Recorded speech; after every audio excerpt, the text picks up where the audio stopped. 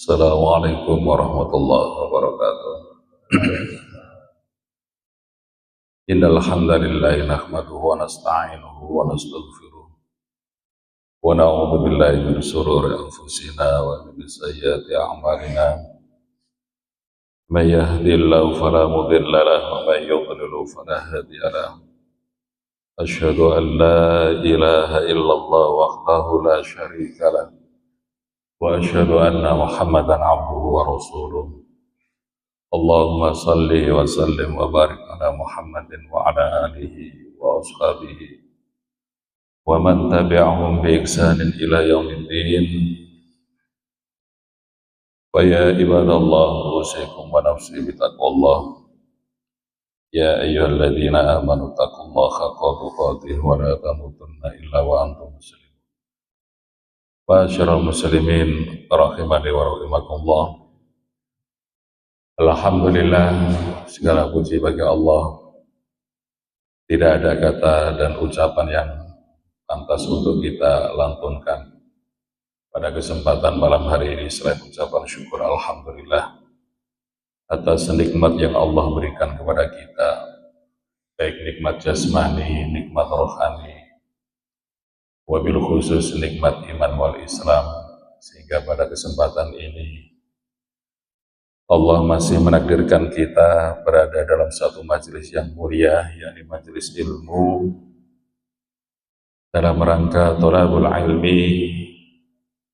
Insyaallah mudah-mudahan segala amal ibadah kita, semua rangkaian aktivitas yang kita lakukan hari ini senantiasa diterima oleh Allah Subhanahu wa taala dan dijadikan amal yang bermanfaat bagi kehidupan kita fid dunya wal akhirah.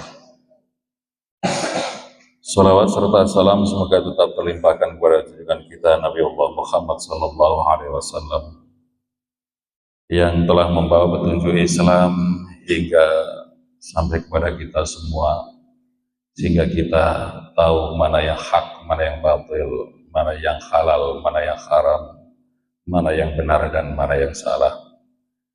Kita mengerti hukum-hukum Allah melalui petunjuk beliau, maka ucapan sholawat serta salam patut kita aturkan kepadanya, dan beliaulah yang akan menjadi syafaat bagi kita semua para umatnya.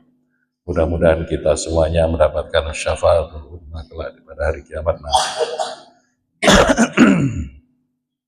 Ikhwanu fillah yang dirahmati Allah Subhanahu wa taala, pada kesempatan malam hari ini kita akan melanjutkan kajian tafsir Ibnu Katsir. Kita sudah sampai pada surat Al-Insyiqaq. Yang bawa kitabnya bisa dibawa, atau yang bawa terjemahnya bisa dilihat. A'udzu billahi minasyaitonir rajim. Bismillahirrahmanirrahim. Tafsir surat Al-Insyiqaq. Tafsir surat Al-Insyiqaq. Al-Insyiqaq kalau kita terjemahkan dalam bahasa Indonesia artinya terbelah. Jadi surat yang akan kita bahas ini adalah surat yang mengkisahkan tentang hari kiamat. Di mana hari kiamat itu adalah suatu hari yang niscaya pasti terjadi. Bagi kita umat Islam wajib mempercayainya. Karena itu bagian dari rukun iman. Kita sebagai orang yang beriman harusnya beriman kepada semua rukun-rukun iman yang ada, dan telah disepakati oleh para ulama bahwa rukun iman itu ada iman kepada Allah, percaya kepada Allah, percaya kepada Rasul-Rasul Allah, kitab-kitab Allah, malaikat-malaikat Allah, percaya kepada hari kiamat, percaya kepada takdir baik dan takdir buruk. Keenam rukun iman ini adalah wajib kita percayai adanya. Dan ini yang diajarkan oleh malaikat Jibril dalam suatu hadis yang panjang, yang oleh para ulama disebut hadis Jibril. Ketika malaikat Jibril datang di satu majelis Rasulullah, entah dari mana datangnya, tiba-tiba dia langsung masuk dan duduk bersimpuh di hadapan Rasulullah saling mengadu lutut. Kemudian Rasulullah ditanya, "Ya Muhammad, akhbirni anil Islam." Jelaskan kepadaku tentang Islam. Kemudian Rasulullah menjawab, Islam adalah engkau bersyahadat, bersaksi bahwa tidak ada Tuhan yang hak disembah, diibadahi selain Allah Subhanahu wa Ta'ala, dan Muhammad adalah utusan Allah. Engkau menunaikan sholat, zakat, puasa Ramadan, dan ibadah haji bagi yang mampu. Sadaqta, engkau benar. Ini orang tanya tanpa diketahui asal-usulnya, bisa dibilang orang asing. Datang kepada Rasulullah seolah-olah orang yang sudah lama kenal. Dan ini menimbulkan penasaran para sahabat, siapa orang ini sebenarnya. Sebagian sahabat beranggapan bahwa orang ini ngetes. Padahal malaikat Jibril datang untuk mengajarkan tentang apa Islam, apa iman, dan apa itu hari kiamat. Kemudian malaikat Jibril tanya lagi, "Ya Muhammad, kabarkan kepadaku, jelaskan kepadaku tentang apa itu iman." Kemudian Rasulullah menjawab, iman adalah antu'mina billahi, engkau beriman kepada Allah, percaya bahwa Allah adalah satu-satunya Tuhan yang akan disembah tanpa menyekutukannya. Engkau beriman kepada kitab-kitab Allah, rasul-rasul Allah, malaikat Allah. Engkau beriman kepada hari kiamat, engkau beriman kepada takdir Allah, baik takdir baik dan takdir buruk. Sadaqta, engkau benar Muhammad. Untuk kedua kalinya para sahabat dibikin penasaran, ini orang ngetes. Tidak ada orang yang berani tanya kepada Rasulullah, bahkan sekelas sahabat pun untuk bertanya kepada Rasulullah, kalau bukan orang yang mempunyai jiwa pemberani, gak akan mau tanya. Jadi sahabat-sahabat itu tidak berani tanya kepada Rasulullah. Makanya para sahabat senang kalau ada orang Badui tanya kepada Rasulullah. Karena orang Badui itu dianggap orang yang memang kurang etika, kurang adab. Selonang-selonong istilahnya. Jadi dia ngomong juga blak-blakan, apa adanya. Tapi dari hadis-hadis Badui ini para sahabat banyak yang mendapatkan hikmahnya.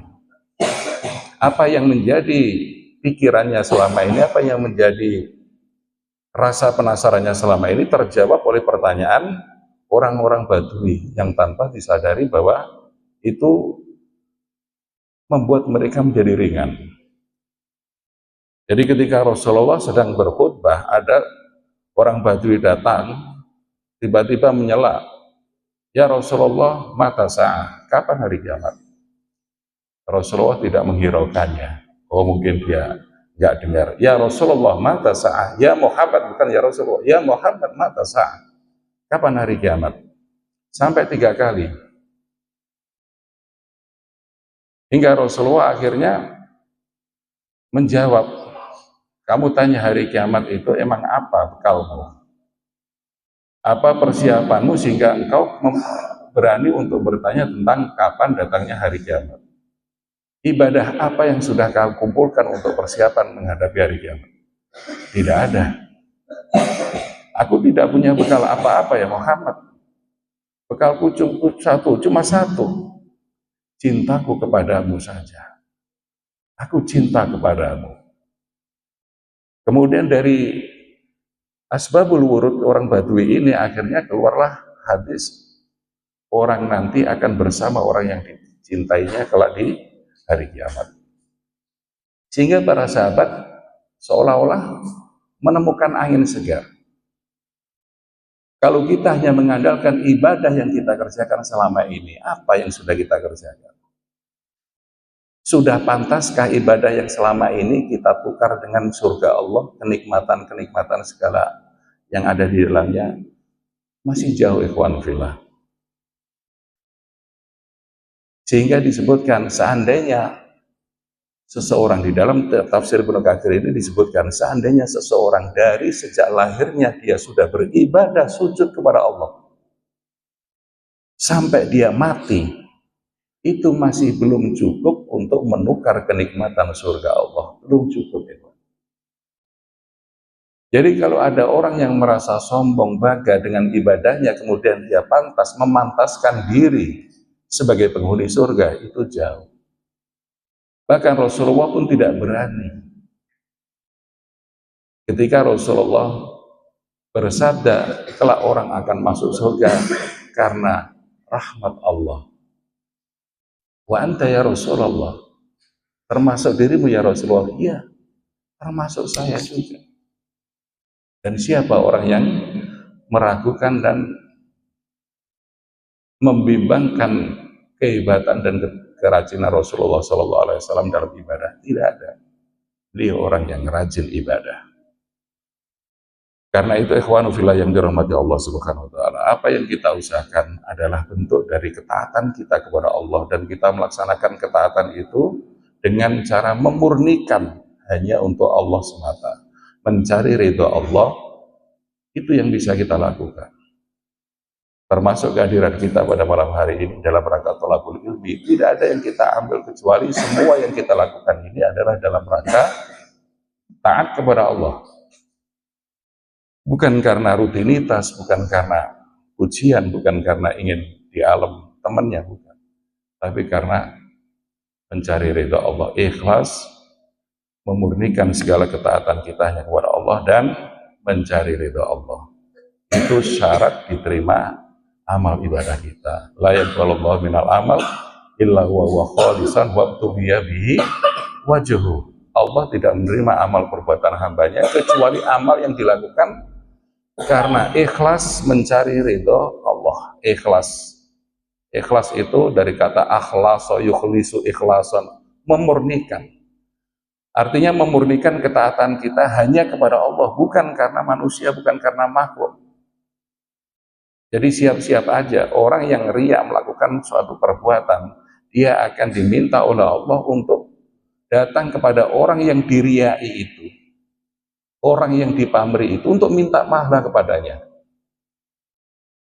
Kamu datang kepada si A karena engkau melakukan ibadah karena ingin dipuji si A, sekarang datanglah kepada si A, minta pahala darinya. Nanti akan dibegitukan. Karena ikhwan sekalian yang dirahmati Allah. Dan yang kedua, wabtughiya bihi wajhu, syarat diterimanya amal apabila kita kerjakan semata-mata karena mencari ridha Allah. Dan tafsir surat Al-Insyiqaq ini adalah menjelaskan tentang keadaan hari kiamat seperti apa. Banyak sekali di dalam Al-Quran yang menjelaskan tentang dahsyatnya hari kiamat itu. Namun ikhwan fillah yang dirahmati Allah Subhanahu wa taala, kadar keimanan seseorang itu menentukan, termasuk mempunyai peranan yang berpengaruh sekali. Ketika dia mendengar cerita tentang neraka, kemudian bergetar hatinya, muncul rasa takut dan ingin berlindung kepada Allah dari siksa neraka, itu masih tanda-tanda masih ada keimanan di dalam hati. Beda dengan halnya orang yang ketika ada cerita tentang neraka, dia biasa-biasa aja. Jadi mengukur kadar keimanan seseorang itu hanya kita sendiri yang tahu sama Allah. Ya. Dan para sahabat juga sama seperti itu. Termasuk Handolah. Ceritakan dalam sebuah hadis panjang, Handolah. Handolah ketika ditanya suatu hari oleh Abu Bakar, gimana kabarmu ya Handolah? Apa kata Handolah? Nafaqah Handolah. Handolah sekarang sudah jadi munafik. Kok bisa begitu? Iya. Ketika aku berada di dalam majelis Rasulullah, ketika Rasulullah menceritakan tentang surga, muncul rasa keinginanku ingin masuk surga, rindu kepada surga. Ketika Rasulullah menceritakan tentang neraka, muncul perasaan takutku, khasyahku, sehingga bisa saja aku meneteskan air mata karena rasa takutku. Tapi ketika aku sudah kembali kepada pekerjaanku, aku kembali kepada keluargaku, aku sudah bercanda kepada anak dan istriku, disibukkan dengan aktivitasku sehari-hari, hilang semua apa yang pernah aku rasakan itu di majelis Rasulullah. Ternyata itu alasan kenapa Handalah menyatakan bahwa dirinya adalah munafik. Ketika di hadapan Rasulullah, dia seolah-olah takut, ada rasa roja, ingin masuk surga, dan khauf karena takut dengan neraka. Tapi kita kembali pulang ke rumah, hilang perasaan itu. Ternyata bukan hanya Handalah, Abu Bakar pun demikian. Padahal kita tahu Abu Bakar itu number one, the best sahabat. Sahabat Rasulullah paling the best itu Abu Bakar. Tidak ada yang menandingi amalan Abu Bakar. Bahkan Umar sekalipun tidak bisa. Abu Bakar ternyata memiliki hal yang sama, perasaan yang sama seperti yang dirasakan oleh Handalah. Karena mereka memiliki hal yang sama, perasaan yang sama, mari kita datang kepada Rasulullah menyampaikan keluhan kita. Datanglah mereka berdua kepada Rasulullah, ya Rasulullah begini. Kemudian ditanya, jadi sunnahnya kita menanyakan tentang kabar seseorang. Ketika Rasulullah bertemu kepada Handalah, ya Handalah, kaifa haluk, kaifa anta, bagaimana kabarmu? Nafaqah Handalah. Loh, kok bisa begitu? Apa maksudmu? Iya ya Rasulullah. Diceritakan seperti apa yang dia ceritakan kepada Abu Bakar. Kemudian Rasulullah menjawab, baik Handalah, seandainya perasaanmu itu masih tetap engkau jaga, baik ada di dalam majelis ilmu ataupun kamu sudah keluar dari majelis ilmu ini, maka selama itu pula malaikat akan turun berbondong-bondong menyalami kamu hingga kamu ada di atas kasurmu sekalipun, malaikat akan mendoakan kamu, mendoakan rahmat kepada kamu, menyalami kamu. Begitulah istimewanya orang yang selalu menjaga istiqomah. Ya, walaupun sulit untuk seperti itu, tapi kita berusaha. Kita semuanya masih dalam rangka belajar untuk memperbaiki diri. Bukan merasa kita paling suci, merasa kita paling hebat ibadahnya, merasa kita tidak tertandingi. Rasa-rasa ujub seperti itu dimunculkan oleh syaitan. Baik, wahiyah makiyatun, dan al-insyiqaq ini tergolong surat makiyah. Sudah pernah saya jelaskan bahwa periodisasi turunnya Al-Quran itu terbagi menjadi dua, Madaniyah dan Makiyah. Secara global bahwa ayat-ayat yang turun sebelum Nabi hijrah ke Madinah itu tergolong surat Makiyah. Sedangkan surat Madaniyah, surat yang turun setelah Nabi hijrah ke Madinah. Untuk mengetahui periodisasi Al-Quran ini cukup penting di kalangan para ulama ahli tafsir, karena ini akan membantu mereka dalam menafsiri Al-Quran, terutama yang berkaitan tentang hukum-hukum. Ayat-ayat yang turun sebelum Nabi hijrah kebanyakan menceritakan tentang akidah. Karena itu masa-masa perjuangan Rasulullah menegakkan kalimat tauhid selama 13 tahun di Mekah. Ketika Rasulullah sudah hijrah ke Madinah, sebelumnya didahului dengan proses hijrahnya ke Habasyah, ke Taif, ke Habasyah lagi. Bukan sambutan, melainkan sambitan para penduduk setempat yang dia dapatkan. Akhirnya Allah memutuskan supaya hijrahlah engkau Muhammad, ajak sahabat-sahabatmu ke Madinah malam hari ini juga. Jadi siangnya Rasulullah sudah nyuruh mereka hijrah ke Madinah. Terakhir Rasulullah baru hijrah bersama Abu Bakar. Nah, Madinah yang ketika itu sebutannya masih Yathrib menjadi tujuan hijrahnya Rasulullah karena di Madinah sudah tersebar dakwah Islam. Karena di Madinah sebelumnya sudah ada sebagian beberapa orang-orang penduduk Madinah, baik dari suku Hajraj atau suku Aus yang berbaiat kepada Rasulullah, sumpah setia kepada Rasulullah. Akhirnya mereka pulang dan menyebarkan dakwah Islam. Tahun berikutnya mereka datang dengan membawa kelompok yang lebih banyak lagi, 73 atau 70 orang. Ya. Mereka mendakwakan Islam lagi, berbaiat lagi, kemudian pulang mendakwakan Islam. Merasa belum ada guru yang tahu tentang keislaman, akhirnya duta Islam pertama kali yang diperintahkan, yang disuruh Rasulullah untuk sebagai guru ngaji di Madinah adalah Mus'ab bin Umair. Nah, dari situlah Islam dikenal dan Rasulullah dikenal di seluruh Madinah, sehingga datangnya Rasulullah di situ mendapatkan sambutan yang hangat oleh penduduk Madinah. Qala Malikun, Malik berkata, an Abdullah bin Yazid, dari Abdullah bin Yazid, an Abi Salamah, dari Abi Salamah, anna Aba Hurairah qala bihim. Sesungguhnya Abu Hurairah membacakan ayat ini di hadapan mereka, idas sama'u syaqat fasajada fiha. Kemudian Abu Hurairah sujud. Ya, maksudnya ini adalah sujud sahwi. Sujud tilawah. Karena di dalam surat Al-Insyiqaq ini ada ayat sajdahan. Falaman sorofa, ketika beliau selesai sujud itu, akhbarahum anna Rasulullah sallallahu alaihi wasallam sajada fiyha. Dia mengkabarkan, menceritakan bahwa Rasulullah ketika membaca surat Al-Insyiqaq ini, beliau juga sujud. Jadi disunnahkan sujud tilawah. Jadi ketika kita membaca ayat-ayat sajdah, biasanya ayat sajdah di dalam Al-Quran itu ditandai dengan kayak kubah gitu ya, kayak sajadah. Nah itu ayat sajdah. Kita disunahkan untuk sujud. Ya bacaan sujudnya ya biasa aja. Subhana rabbiyal a'la, subhana rabbiyal a'la, subhana rabbiyal a'la, itu bacaan sujud.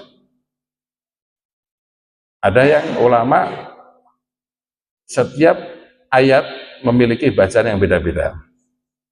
Sajadah wajhi lilladzi khalaqa wa sawwara wa saqahu sama wa basarahu bi qawli wa quwwati fa tabarakallahu ahsanul khaliqin. Ada yang seperti itu dan ada beda-beda. Tapi kalau nggak bisa pakai sujud doa sujud biasa. Hadis ini diriwayatkan oleh Imam Muslim, Nasai dari jalur Thalik, dari jalur Malik. Kemudian Imam Bukhari berkata, haddatsana Abu Nu'man, telah menceritakan kepada kami Abu Nu'man, haddatsana Mu'tamir, telah menceritakan kepada kami Mu'tamir an abihi dari bapaknya, an Bakrin dari Bakar, an Abi Rafi dari Abu Rafi. Qala berkata Abu Rafi, shallaitu ma'abi Hurairah, aku pernah sholat bersama Abu Hurairah al-atamata, sholat atamah. Sholat atamah itu sholat isya. Sholat isya yang dikerjakan di sepertiga malam terakhir. Jadi kalau malam kita bagi menjadi 3, malam pertama, pertengahan malam kedua, pertengahan malam ketiga, terakhir. Nah kira-kira jam berapa? Jam 2, jam 3. Oke. Jam 3 itu sepertiga malam terakhir. Itu di awal waktu, berarti jam 3-nya. Itu sholat atamah. Dan memang sunahnya begitu, sholat isya itu di akhir. Abu Rafi menceritakan bahwa aku pernah sholat bersama Abu Hurairah, sholat atamah, yaitu sholat isya yang diakhirkan. Lalu beliau membaca idas sama unsyaqat fasajada. Ketika membaca surat Al-Insyiqaq ada sujud sahwi, beliau sujud. Fakultu lahu, maka aku bertanya kepadanya, dan dia menjawab, sajadtu khalfa Abil Qasim sallallahu alaihi wasallam, aku sujud di belakang Abul Qasim. Abul Qasim itu adalah kunyah Rasulullah sallallahu alaihi wasallam. Fala azalu asjudu biha hatta alqahu, aku senantiasa sujud kalau membaca ayat ini, senantiasa sujud. Jadi disunahkan untuk sujud sahwi bagi kita semuanya juga. Warwahu aidan an Musaddad, diriwayatkan juga dari Musaddad dari Mu'tamir dengan sanad yang sama. Kemudian diriwayatkan dari Musaddad dari Yazaid dari Zurai' dari Taimi dari Bakr dari Abi Rafi, dia menyebutnya. Dan hadis ini dikeluarkan oleh Imam Muslim, Abu Dawud, Nasai dari beberapa jalur periwayatan. Dari Sulaiman bin Tirhan At-Taimi, dan telah meriwayatkan juga Muslim dan para ahlu sunan, ya, perawi-perawi yang memiliki kitab Sunan, Sunan Abu Dawud, Sunan Tirmidzi, Sunan Nasai dan lainnya itu, min hadits Sufyan ibni Uyainah, dari hadis Sufyan ibni Uyainah, zada Nasai. Imam Nasai menambahkan wa Sufyan Tsauri, kilahuma an Ayyub bin Musa, keduanya bersumber dari Ayyub bin Musa, dari Atha bin Mina, dari Abu Hurairah. Jadi rawi terakhir adalah Abu Hurairah. Ia berkata, sajadna ma'a Rasulillah, kami sujud bersama Rasulullah fi idas sama'un syaqqat wa iqra bismi rabbikal ladzi khalaq. Kami sujud tilawah ketika membaca surat Al-Insyiqaq, idas sama'un syaqqat dan iqra bismi rabbikal ladzi khalaq. Jadi pada ayat terakhir wasjud waqtarib. Jadi disunahkan ketika ada ayat-ayat kita membaca ayat Al-Quran dan melewati ayat-ayat sajdah, kita disunahkan untuk sujud tilawah. Baik itu ada di dalam sholat ataupun di luar sholat. Jadi kalau kita di dalam sholat, ketika imam membaca, tapi imam sujud, kita ikut sujud. Kalau imam nggak sujud, kita nggak usah sujud. Karena ju'ilal imamu liyutamabi. Imam itu dijadikan untuk diikuti. Kalau imamnya nggak sujud, nggak usah sujud. Jangan sujud sendiri makmumnya, jadi menyalahi imam. Jadi sujud sahwi itu disunahkan untuk dilakukan baik di dalam sholat atau di luar sholat. Bismillahirrahmanirrahim. Kita masuk pada tafsirnya. Yaqulu, berfirman Allah Ta'ala, matinya Allah. Idas sama'u, apabila langit, insyaqqat, terbelah langit. Apabila langit ini terbelah. Jadi langit itu bisa terbelah, artinya langit kita masih dalam keadaan tertutup. Makanya kita aman. Kalau langit ini dalam keadaan terbuka, pasti benda-benda langit akan mudah masuk ke dalamnya. Nah inilah kasih sayang Allah. Kita itu hidup di bumi, difasilitasi oleh Allah, dibikin bumi ini jadi nyaman untuk ditempati. Tapi kadang-kadang manusia itu sendiri yang merusak bumi. Sehingga pelindung-pelindung langit-langit ini bisa jadi mungkin pecah atau tipis atmosfernya itu. Karena apa? Ya karena ulah mata manusia itu sendiri. Ya, kalau kita belajar ilmu sains, terjadinya global warming, pemanasan global, kemudian lapisan ozon mulai menipis akibat karena banyaknya rumah-rumah kaca, polusi udara yang bikin merusak. Ini semuanya. Sehingga benda-benda langit apabila masuk ke bumi sudah tidak ada penahannya lagi. Tapi ketika ada lapisan ozon, ada atmosfer, ini terjadi gesekan sehingga tidak bisa langsung masuk ke bumi kecuali sudah dalam keadaan hancur. Nah, ini berarti langit ini masih bisa terbelah nanti, ya, ketika datang hari kiamat. Wadzalika yaumal qiyamah, dan itulah hari kiamat. Sebutkan dalam tafsir ini yang dimaksud apabila langit terbelah, yaitu maksudnya hari kiamat. Wadinat, dan mematuhi, yaitu wadinat, memberi izin as-sama li rabbiha, untuk Tuhannya.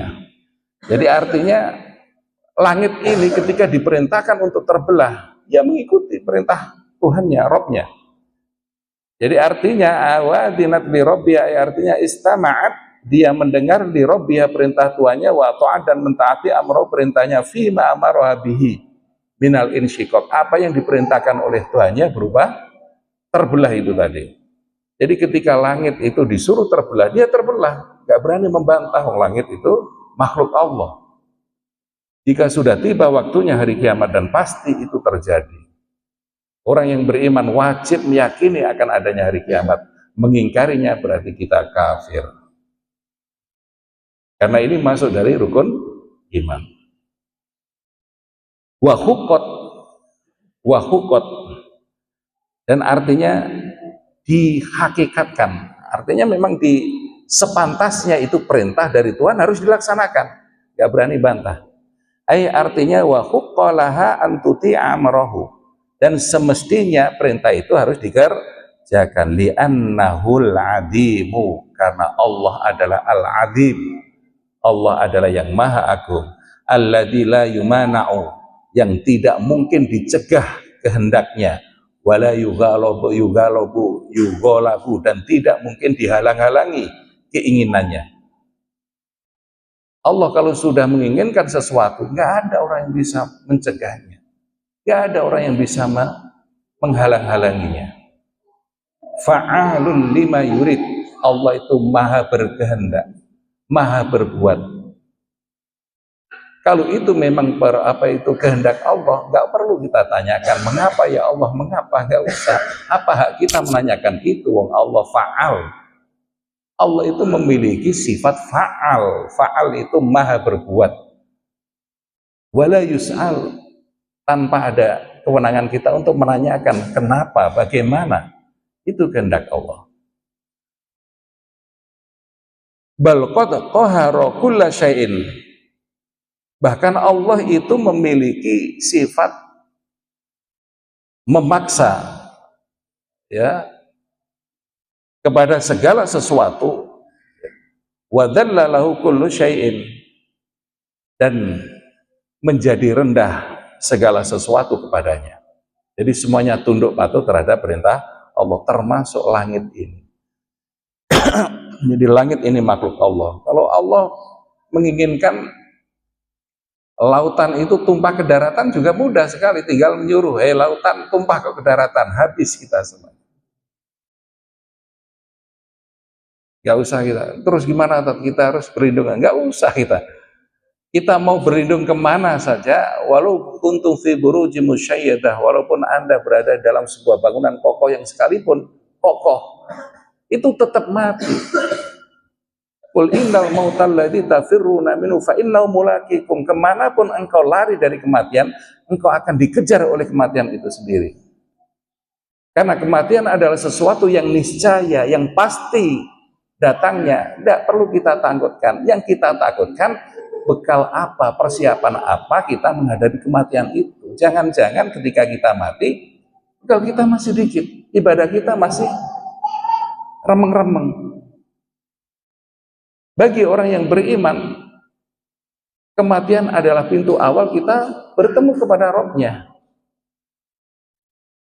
Fa innahu mulaqikum, dia akan bertemu kepada Rabb-Nya.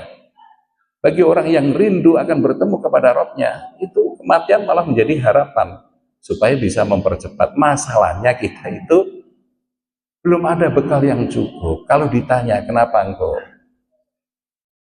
takut mati, karena belum ada bekal yang cukup. Terus apa yang sudah kamu lakukan? Ya belum. Nah ini kadang-kadang anehnya manusia ini. Takut mati karena belum ada persiapan yang cukup, tapi di dunia dia tidak berbuat apa-apa, ngaji enggak, ibadah enggak, sholat enggak. Ya kadang-kadang begitu. Makanya ini harus kita menjadi renungan kita bersama. Kita tidak perlu menjadi orang yang kayak gimana. Yang penting jalani apa saja perintah Allah. Kita ikhlas karena Allah. Ya kita istiqomah. Ya, cukup saja berusaha untuk memperbaiki diri. Innal ladzina qalu rabbunallah tsumma istaqamu. Sesungguhnya orang-orang yang berkata bahwa Tuhan kami adalah Allah, tsumma istaqamu, kemudian dia berusaha untuk mengikhlaskan. Istiqomah. Istiqomah itu apa? Akhlasu lahu ta'ah wad-din. Yaitu mengikhlaskan segala ketaatannya hanya dia lakukan karena Allah.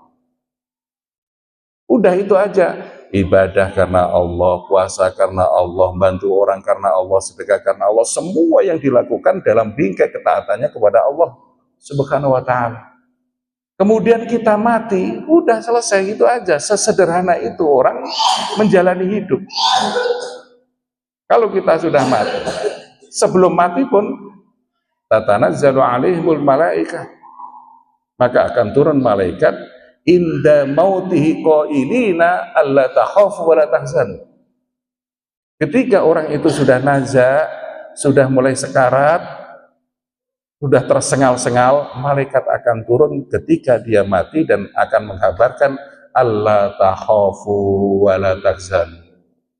Hei hamba Allah, jangan engkau takut. Takut dari apa? Takut dari urusan akhiratmu. Gak perlu engkau bagaimana nanti aku di akhirat, gak usah engkau takut. Nanti kita akan ada yang ngelarem-ngelarem. Ada yang menghibur kita nanti ketika kita mati. Makanya sebagian orang yang beriman, yang iman dalam keadaan, yang mati dalam keadaan membawa iman, istiqomah, akan tercermin dari sikapnya, dari raut mukanya, senyum aja mati. Wala tahzanu, dan jangan engkau khawatir, jangan engkau sedih dari apa? Dari urusan duniamu, min waladin wa ahlin wa malin wa dainin. Wa absyiru bil jannati allati kuntum tu'adun. Enggak usah kamu pikirkan hartamu yang kau tinggalkan, anak-anakmu yang masih kecil, biar Allah yang ngurus semuanya.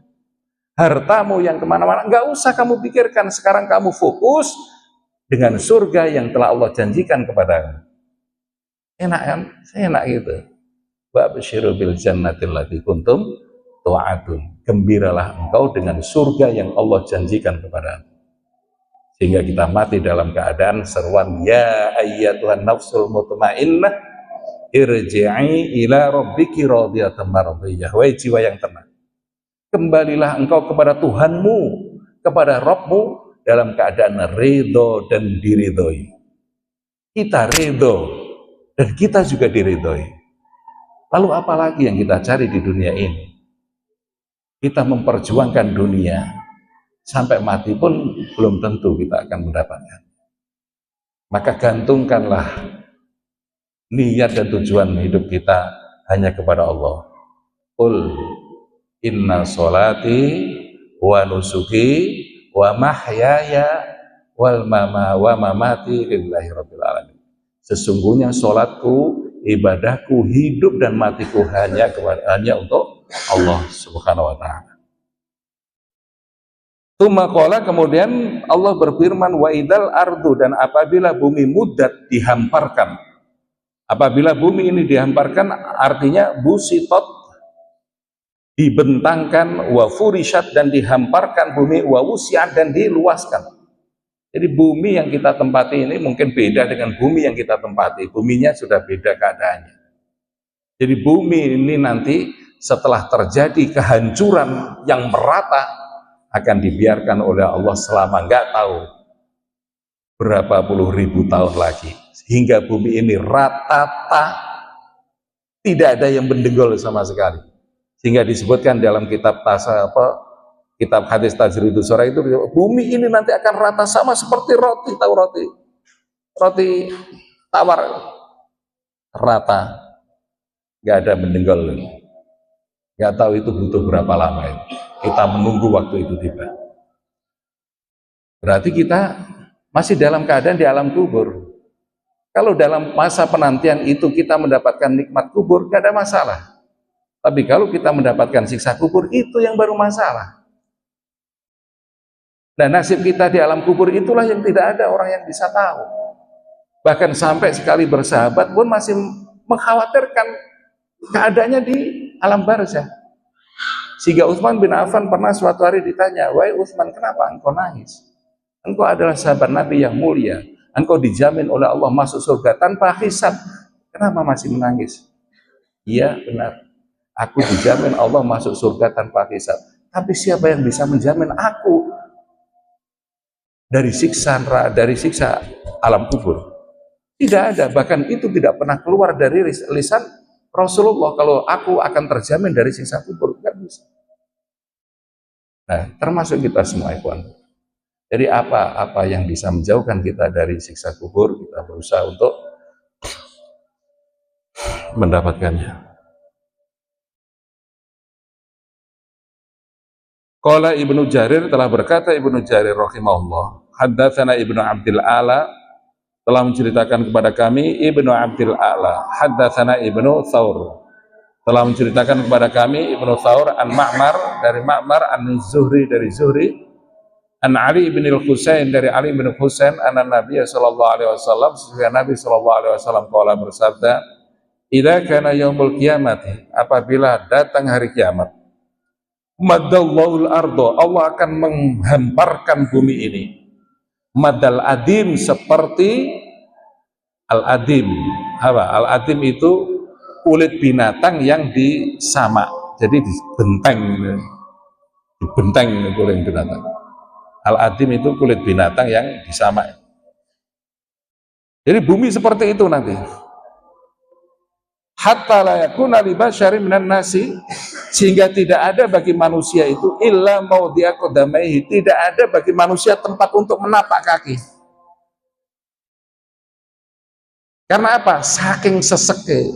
Jadi ketika manusia dibangkitkan oleh Allah dari alam barzah, dari alam kubur, itu bangkit, sudah kaki ini tidak bisa napak, hampir tidak bisa napak, kecuali yang ditempati itu aja. Jadi benar, nanti ketika manusia dikumpulkan di padang mahsyar, tidak bergeser tapak kaki anak Adam itu, karena untuk bergeser aja susah, kanan kirinya sudah ada kaki orang. Sampai berapa? 50.000 tahun kita berdiri telanjang, uratan, hurlan, dalam keadaan telanjang, dalam keadaan tidak bersandal, dalam keadaan tidak berkhitan, kembali lagi kita seperti bayi itu. Nah, ketika itulah Rasulullah SAW bersabda, la yazulu qadamu bani Adam yaumal qiyamati, tidak akan bergeser tapak kaki anak Adam pada hari kiamat kecuali ditanya tentang 5 perkara. Di situ. Jadi kita nanti akan mempertanggungjawabkan amal perbuatan kita masing-masing. Tentang apa itu? Tentang umurnya, fima afnahu, dihabiskan untuk apa?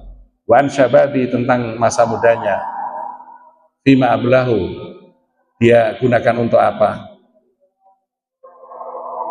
Kemudian tentang hartanya, an malihi, ada 2 pertanyaan, min aina iktasabahu wa fima anfaqahu, dari mana dia dapatkan, kemana ia belanjakan. Kemudian ilmunya akan ditanya, dipertanggungjawabkan di hadapan Allah. Madza amila lima alima, apa yang sudah engkau perbuat dengan ilmumu. Setelah ditanya 5 ini lulus, baru jalan ke step berikutnya. Dan seperti itu keadaan hari kiamat, digambarkan di dalam beberapa riwayat-riwayat hadis. Fa akunu awwala man yud'a, maka akulah orang yang pertama nanti akan dipanggil oleh Allah. Rasulullah orang yang pertama dipanggil oleh Allah, tapi yang diberi pakaian adalah Nabi Adam. Nabi Adam orang yang pertama diberi pakaian oleh Allah. Tapi Rasulullah adalah orang yang pertama dipanggil oleh Allah. Jadi kenapa Nabi Adam? Apa keistimewaannya? Tidak perlu kita tanya seperti itu kehendak Allah. Allah fa'alul lima yurid. Allah mempunyai hak untuk melakukan apa saja yang Allah kehendaki. Dzalika fadlu minallahi yu'ti may yasha. Itu adalah keutamaan Allah, keutamaan yang Allah berikan kepada orang yang dikehendaki. Jadi di dalam kitab, di dalam Syarah Riyadhus Shalihin karya Al-Utsaimin itu disebutkan bahwa tidak perlu juga kita menanyakan kenapa Nabi Adam diberi baju terlebih dahulu, bukannya Nabi Muhammad. Karena itu adalah kehendak Allah, dan Allah berhak untuk memberikan keutamaan kepada siapapun keutamaan itu dia berikan. Dari fadlullahi yu'ti may yasha. Dan Nabi Muhammad adalah orang yang pertama kali akan dipanggil oleh Allah, wa Jibril an yaminir rahman, dan ketika itu Jibril sudah ada di sebelah kanan Allah yang Maha Pemurah. Wallahi ma ra'ahu qablaha, demi Allah aku belum pernah melihat sebelumnya. Faqulu, lalu aku bertanya, ya Rabb, inna hadza akhbarani, makhluk ini, malaikat Jibril ini mengkabarkan kepadaku, annaka arsaltahu, sesungguhnya engkau telah mengutusnya ilayya, kepadaku. makhluk ini, Jibril ini yang engkau utus kepadaku, ya, telah mengkabarkan kepadaku, fayaqulullah azza wa jalla shadaqa, benar. Dialah makhluknya, dialah Jibril yang membersamaimu selama ini dalam perjuangan dakwahmu, bahkan ketika engkau lahir, dialah malaikat yang membersamaimu, yang menemanimu, yang menjagamu, dia yang aku utus. Tsumma usaffa'u aqulu, kemudian aku memohonkan syafaat, lalu aku berkata, ya Rob, wahai Tuhanku, ibaduka, hamba-hambamu ya Allah, hamba-hambamu, maksudnya tolonglah hambamu ya Allah, ibaduka abaduka fi atrafil ardi, yang menyembahmu dari segala penjuru-penjuru bumi ini, tolonglah ya Allah. Nah, inilah, ini sayang Nabi kita kepada umat-umatnya, sehingga disebutkan tidak ada yang menyayangi kita sekalipun orang tua kita sendiri melebihi sayangnya Rasulullah kepada umatnya. Jadi Rasulullah sendiri yang bilang, tidak ada yang menyayangimu melebihi dari sayangku kepadamu, termasuk kedua orang tuamu sendiri. Jadi kita itu dicintai, disayangi, dieman oleh Rasulullah Shallallahu Alaihi Wasallam. Pantas kalau kita mendoakan sholawat kepada beliau, kita itiba kepada beliau, mencintai beliau di atas kecintaan kepada yang lainnya selain kepada Allah, termasuk kepada anak keluarga kita. Cinta kita kepada Rasulullah harus di atas mereka-mereka ini. Jadi dalam kondisi yang panik seperti itu, Rasulullah masih sempatnya memohonkan ampun kepada Allah untuk umat-umatnya. Ya Rabb, ibaduka abaduka fi atrafil ardi, wahai Tuhanku, hambamu ya Allah, hambamu yang mereka menyembahmu dari segala penjuru bumi ini, tolonglah mereka. Qala wa huwal maqamul mahmud, dan dia berada pada tempat yang terpuji.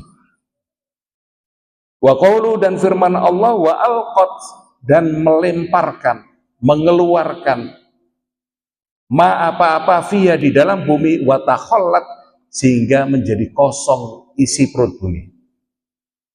Jadi isi perut bumi nanti akan dilemparkan keluar. Melalui apa? Ya gunung-gunung meletus, ya lahar, ya apa saja, semua yang ada di dalam perut bumi ini nanti akan dilempar. Wa alqat ma fiha wa takhallat. Bumi akan mengeluarkan isi perutnya hingga kosong isi perut bumi itu. Itu keadaan hari kiamat. Nah, ini cuma DP aja. Di beberapa wilayah yang kita tahu telah terjadi gunung meletus segala, ini baru DP, belum semuanya.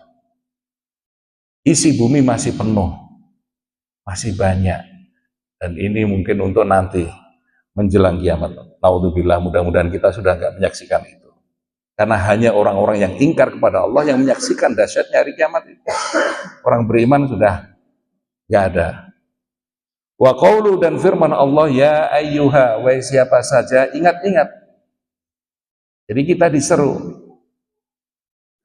al-insanu manusia, al-insanu manusia, innaka, sesungguhnya engkau, kadihun, telah bekerja keras, ila rabbika, kepada Tuhanmu, menuju kepada Tuhanmu, kadakan, dengan sungguh-sungguh. Jadi maf'ul mutlak, jadi menegaskan kepada fi'il yang datang setelah sebelumnya. Wahai manusia, sesungguhnya engkau sudah berupaya, bekerja dengan sungguh-sungguh untuk menapak jalan Tuhanmu. Artinya sa'a ila rabbika, telah berusaha menuju kepada Tuhanmu, sa'yan, dengan usaha yang sungguh-sungguh, wa amilun amalan, dan telah melakukan satu amalan untuk menuju Tuhanmu. Famulaqihi, maka kelak kamu akan menjumpai Tuhan.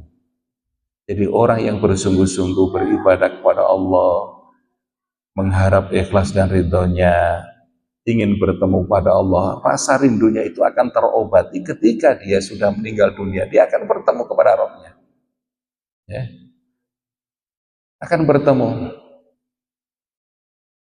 dengan Rabb-Nya.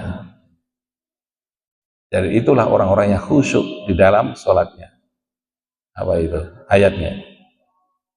Alladzina yadunnuna mulaqum ar-rabbihim, surat Al-Baqarah.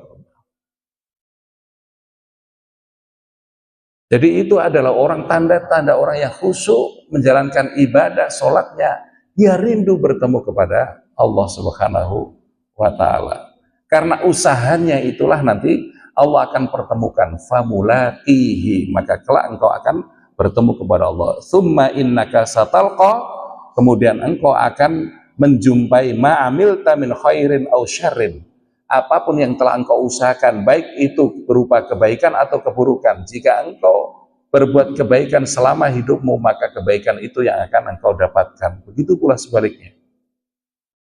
Jadi kelak manusia itu akan mendapatkan balasan atas usahanya. Wa yashhadu lahu ma rawahu Abu Dawud at-Tayalisi. Dan hadis ini dikuatkan oleh hadis yang diriwayatkan oleh Abu Dawud at-Tayalisi. Dari Hasan bin Abi Ja'far, dari Abi Zubair, dari Jabir, dia berkata, Rasulullah SAW bersabda, Jibril berkata, jadi Rasulullah menjelaskan tentang Jibril. Jibril berkata, ya Muhammad, ish ma syi'ta. Jika engkau mau hidup di dunia ini semaumu, silakan. Jadi Nabi menukil ucapan Jibril.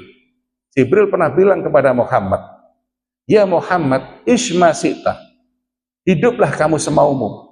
Kamu mau ibadah silakan, kamu mau ingkar silakan, kamu mau murtad silakan, terserah.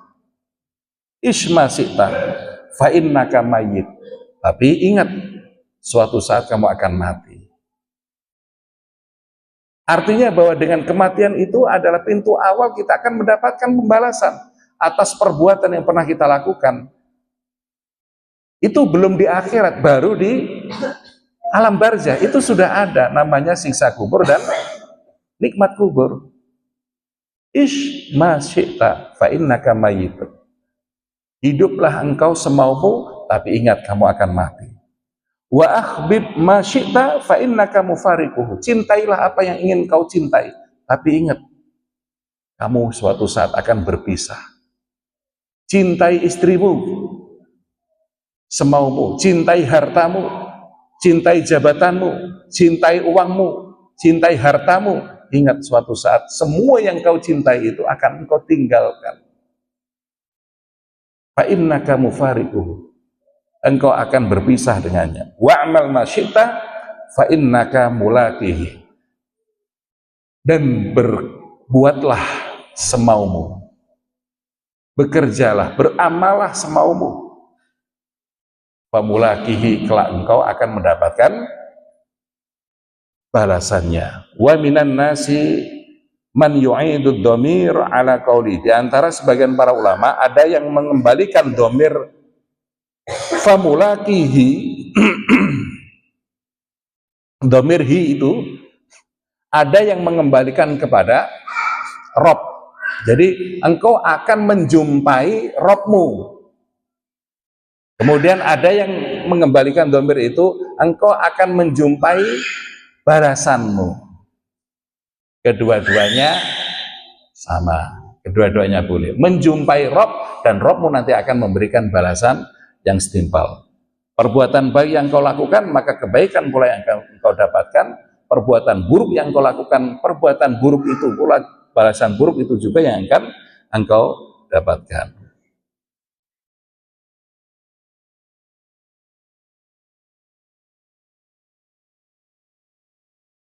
Baik, ikhwan sekalian yang dirahmati Allah Subhanahu wa taala. Saya kira ini dulu ya, sampai ayat ini insya Allah kita akan lanjutkan pada kesempatan yang akan datang. Mudah-mudahan sedikit apa yang saya sampaikan dari awal pertemuan dari surat Al-Insyiqaq ini membawa manfaat khususnya bagi saya dan antum sekalian, dan kita diberi kemudahan oleh Allah untuk bisa menjalankan setiap firman-firman-Nya. Demikian, hadanallahu wa iyyakum ajma'in. Subhanakallahumma wa bihamdika asyhadu an la ilaha illa anta astaghfiruka wa atubu ilaik. Wassalamualaikum warahmatullahi